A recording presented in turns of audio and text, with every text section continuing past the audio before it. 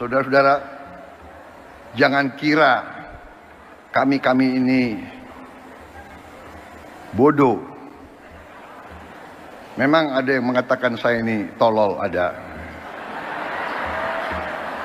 Nggak apa-apa. Ada yang mengatakan saya bajingan yang tolol, ya kan?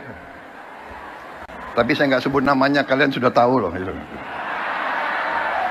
Assalamualaikum warahmatullahi wabarakatuh. Apa kabar? Saya Hirsun Arif dari Forum News Network. Presiden Prabowo tadi malam, ini maksud saya tadi malam itu adalah hari Rabu malam ya, menghadiri sekaligus menyampaikan sambutan pada peringatan hari lahir Nahdlatul Ulama ke-102, kemudian sekaligus pembukaan Munas Alim Ulama dan Konferensi Besar Nahdlatul Ulama di Jakarta. Bicara di depan ribuan hadirin, ini alim ulama, kemudian para santri, fatayat, muslimat dan sebagainya, ini pokoknya tumplak-blak di situ ya. Termasuk sejumlah tamu undangan perwakilan negara sahabat dari berbagai negara. Prabowo bicaranya blak-blakan bagaimana kebijakannya dalam memimpin negara ini. Khususnya selama 100 hari dia menjadi presiden dan langkah apa yang akan dilakukan. 2 poin ini yang paling banyak disoroti oleh media dan apalagi di media sosial, para netizen ini. Pertama, kalau saya perhatikan adalah soal reshuffle kabinet, dan kedua adalah soal seseorang yang menyebutnya sebagai bajingan tolol. Soal kemungkinan reshuffle kabinet merupakan spekulasi politik yang paling banyak diperbincangkan dan paling hangat. Bahkan ini kan sudah ada pengamat dan juga lembaga penelitian yang mendesak dan merekomendasikan siapa-siapa saja menteri dan anggota kabinet yang harus di reshuffle. Kalau saya cermati itu ada 2 pertimbangannya itu. Yang pertama pasti berkaitan dengan kinerja. Ini nggak bisa ditawar-tawar. Yang kedua karena perilaku. Nah ini yang unik nih dari kabinetnya Pak Prabowo ini. Soal perilaku ini kan korbannya sudah ada. Utusan khusus Presiden Miftah ya, yang kemudian mengundurkan diri, atau saya nggak tahu apakah mungkin diminta mundur karena menghina seorang pedagang es teh asongan. Belakangan yang banyak didesak mundur karena perilakunya itu adalah Raffi Ahmad. Ini sama utusan Presiden juga, utusan khusus Presiden. Ini sama seperti halnya Miftah ya. Karena kalau Raffi ini soal patwalnya yang arogan dan dia ini flexing, ini menggunakan mobil pribadi mewah yang dipasangi plat dinas resmi pejabat tinggi negara RI 36. Ini nggak main-main loh ya. Kalau menteri yang didesak mundur atau di reshuffle, daftarnya itu lebih panjang. Terbaru, Anda pasti juga sudah bisa menduga, ini adalah nama Menteri ESDM Bahlil Lahadalia yang bikin heboh orang se-Indonesia gara-gara kebijakannya yang ingin mengatur distribusi dari gas melon atau gas LPG 3 kg.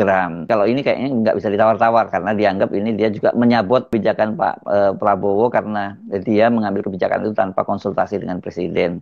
Dan untungnya Presiden Prabowo kemudian segera membatalkannya. Sekarang pertanyaannya bagaimana dengan orang atau figur yang menyebut Prabowo sebagai bajingan tolol? Ini nekat banget nih ya kalau ada seperti ini ya. Di media sosial banyak yang mengkait-kaitkan dengan partner saya nih, Bung Rocky Gerung.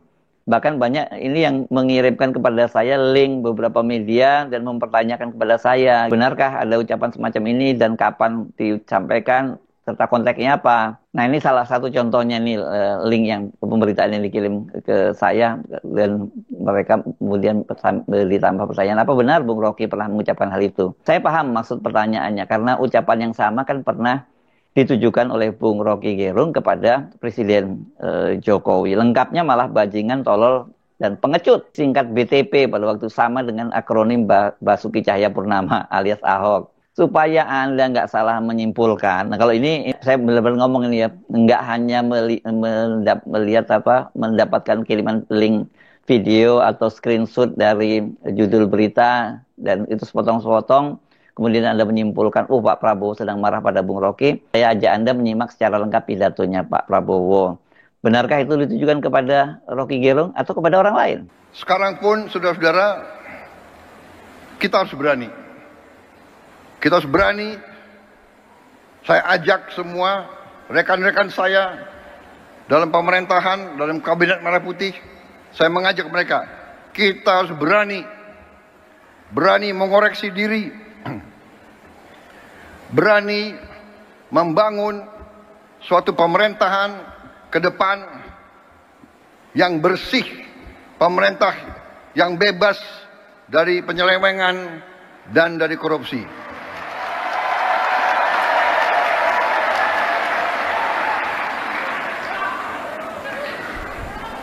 Itu tekad kami. Kami akan terus, dan kami mengerti, kami tahu ada perlawanan-perlawanan, tapi kami yakin apa yang kami perjuangkan adalah untuk bangsa dan rakyat Indonesia.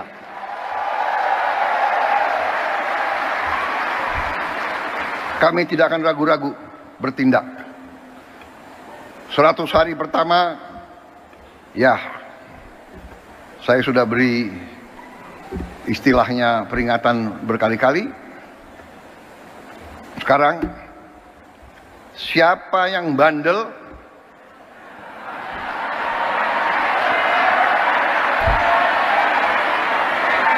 siapa yang dablek,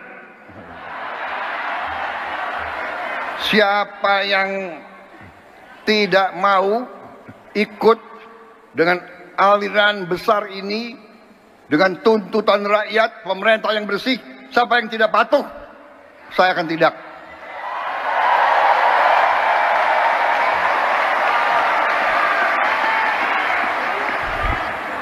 Dan saudara-saudara, jangan kira kami ini bodoh. Memang ada yang mengatakan saya ini tolol, ada. Nggak apa-apa. Ada yang mengatakan saya bajingan yang tolol, ya kan? Tapi saya nggak sebut namanya, kalian sudah tahu loh. Nggak apa-apa. Tapi kami paham dan kami mengerti. Dari saudara-saudara, ya, 100 hari pertama kami akan baik. Dalam arti, saya berharap ada kesadaran. Saya pernah menyampaikan, seluruh aparat, seluruh institusi, bersihkan dirimu.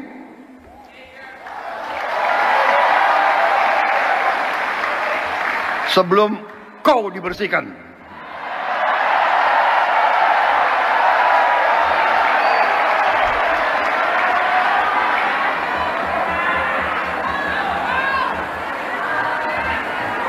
Dan saya ingatkan semua aparat, kesetiaanmu adalah kepada bangsa, negara, dan rakyat Indonesia.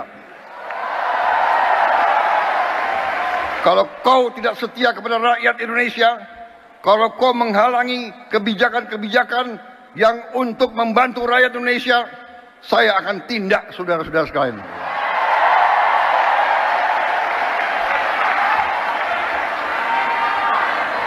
Dan saya minta menteri-menteri, pemimpin-pemimpin lembaga, tidak ragu-ragu.